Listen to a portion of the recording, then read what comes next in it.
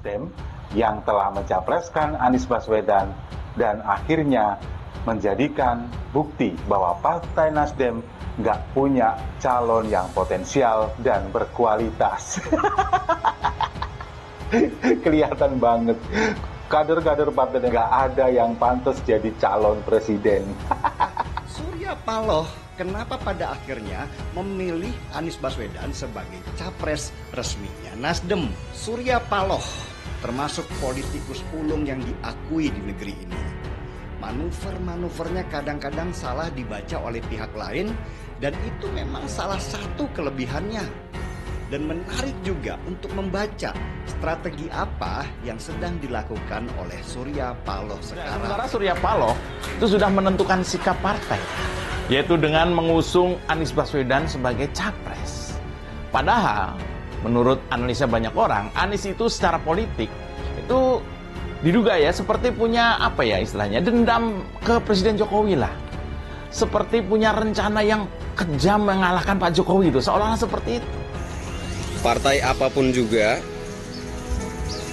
yang mengusung Anies Baswedan tenggelamkan. Dan sebenarnya hampir semua partai senang dengan model pemimpin seperti Anies Baswedan. Partai lo ya, bukan rakyat. Kenapa? Karena Anies itu penurut. Dia akan melakukan apa saja yang diminta oleh partai asal ambisinya untuk menjadi nomor satu tercapai.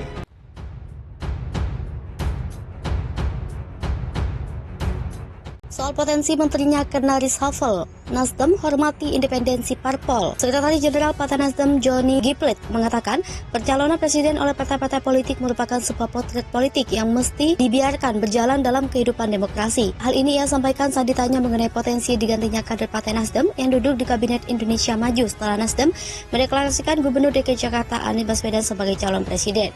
Johnny pun menegaskan saat ini belum ada calon presiden definitif yang memenuhi syarat sesuai undang-undang. Hanya ada calon presiden dari masing-masing partai politik. Ia menyebutkan selain Nasdem yang sudah mendeklarasikan Anies, Partai Gerindra sudah memutuskan ketua umumnya Prabowo Subianto untuk menjadi calon presiden. Jadi menuturkan koalisi partai politik pendukung Presiden Joko Widodo memang mesti tetap solid dalam menghadapi berbagai tantangan. Sebelumnya, Sekretaris Jenderal PDIP Hasto Kristianto menyampaikan secara tersirat bahwa Partai Nasdem bakal lepas dari pemerintahan Jokowi. Hal itu disampaikannya menanggapi keputusan Partai Nasdem yang mengusung Anies sebagai capres. Hasto menyampaikan pesan tersebut dengan menunjuk sebuah lukisan di kantor DPP PDIP yang menggambarkan para pejuang kemerdekaan robek warna biru pada bendera Belanda dalam peristiwa 10 November 1945 di Surabaya. Usung Anies, Nasdem terancam di sisi Jokowi tapi untung di pemilu 2024. Keputusan Partai Nasdem mendeklarasikan Anies Baswedan sebagai calon presiden di Pilpres 2024 menjadi sorotan publik. Sejumlah pengamat menilai langkah itu sebagai pertaruhan partai yang masih duduk di Kabinet Presiden Joko Widodo. Partai besutan Surya Paloh itu dinilai cepat mendeklarasikan capres, yakni 1 tahun sebelum pendaftaran pemilu 2024 resmi dibuka. Mereka pun menjadi satu dari 2 partai politik yang sudah mendeklarasikan capres. Sebelumnya, ada Partai Gerindra yang menyatakan dukungan terhadap Prabowo Subianto. Keputusan ini menjadi perbincangan karena posisi politik Nasdem di Kabinet Jokowi. Mereka mendeklarasikan sosok yang diketahui berseberangan secara politik dengan Jokowi dan partai penguasa PDIP. Anies menjadi Gubernur DKI Jakarta setelah menumbangkan pertahanan Basuki Cahayapurnama alias Ahok pada Pilkada 2017. Kala itu, Ahok diusung Nasdem dan sejumlah parpol koalisi Jokowi. Keputusan Nasdem mendeklarasikan Anies sebagai capres membuat sejumlah kader mengundurkan diri. Meskipun Nasdem mengklaim 3.000 kader bergabung usai Anies jadi capres resmi. Nasdem pun menjadi sasaran kritik PDIP rekan koalisi Nasdem di pemerintahan Jokowi. Sekjen PDIP Hasto Kristianto menyebut partai yang sudah deklarasi capres mengganggu konsentrasi dalam pemulihan bangsa khususnya masalah perekonomian. Sementara itu, Jokowi belum merespons langkah Nasdem itu. Dia mengaku masih dalam kondisi berduka atas tragedi Kanjuruhan yang menewaskan 131 orang supporter sepak bola. Pengamat politik Badan Riset dan Inovasi Nasional Wasisto Raharjo menilai Nasdem sedang mempertaruhkan posisinya di Kabinet Jokowi. Menurutnya, Nasdem melakukan hal itu demi memperbaiki posisi pada pemilu 2024. Wasisto menilai Nasdem sadar betul keputusan mendukung Anies sangat beresiko. Namun, mereka rela mempertaruhkan posisi di kabinet agar bisa menjadi pemain utama pada pemilu berikutnya. Wasisto mengatakan langkah ini membuat Nasdem punya posisi lebih baik ketimbang Pilpres 2019.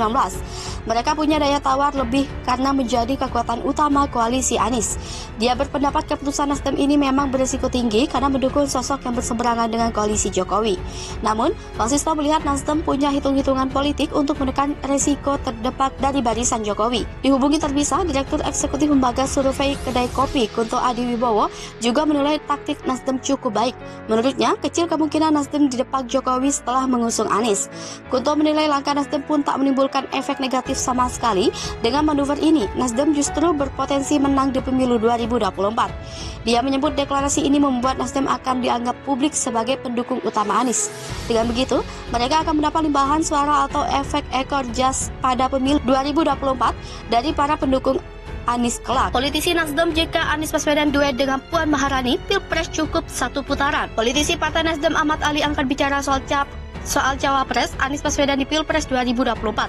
Ali mengatakan bukan hal mustahil jika nantinya Nasdem dan PDIP berkoalisi memajukan Anies Baswedan dan Puan Maharani. Menurutnya, jika ini terwujud maka basis masa PDIP menjadi kandang banteng dipastikan solid. Bahkan duet ini menurutnya akan mengantarkan Anies Baswedan menjadi mulus dan Pilpres 2024 akan satu putaran. Hal tersebut diungkapkan Wakil Ketua Umum Partai Nasdem Ahmad Ali merespon pernyataan Ketua Bapilu PDIP Bambang Wuryanto alias Bambang Pacul yang menyebut Anies Baswedan sulit menang di Jawa Tengah yang menjadi kandang banteng. Menurut Ali, tidak ada yang sulit untuk Anies Baswedan menang meski di daerah dengan basis pemilih terbesar PDIP. Diketahui sejauh ini hanya Nasdem satu-satunya partai yang mendeklarasikan Anies Baswedan sebagai calon presiden. Menurut Ali, cara mudah Anies Baswedan memenangi Pilpres 2024 di Jawa Tengah yakni dengan menjadikan Ketua DPP PDIP Puan Maharani sebagai calon wakil presiden. Pernyataan itu diutarakan Ali karena dirinya menyadari kalau Jawa Tengah memang satu-satunya basis pemilih PDIP terbesar. Akan tetapi jika memang Anies hanya sulit menang di Jawa Tengah, bukan berarti Gubernur DKI Jakarta itu bakal kalah di ajang Pilpres mendatang. Hanya saja, kalaupun Anies ingin sapu bersih di seluruh provinsi, maka caranya yakni dengan menjadikan Puan Maharani sebagai calon wakil presiden. Meski demikian, perihal cawapres, Nasdem kata Ali menyerahkan sepenuhnya kepada Anies Baswedan. Nasdem bakal memberikan keleluasaan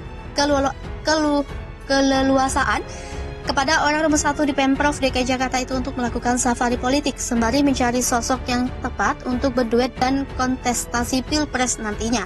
Akan tetapi jika memang di perjalanan PDIP ingin bergabung dan berkoalisi dengan Nasdem, Ali menyatakan membuat lebar-lebar pintu komunikasi itu. Sebelumnya, Gubernur DKI Jakarta Anies Baswedan diyakini bakal kalah di daerah Jawa Tengah jika mau sebagai calon presiden di 2024. Sebab menurut Pacul, Jawa Tengah merupakan basis pemilih partai besutan Megawati Soekarno Putri tersebut.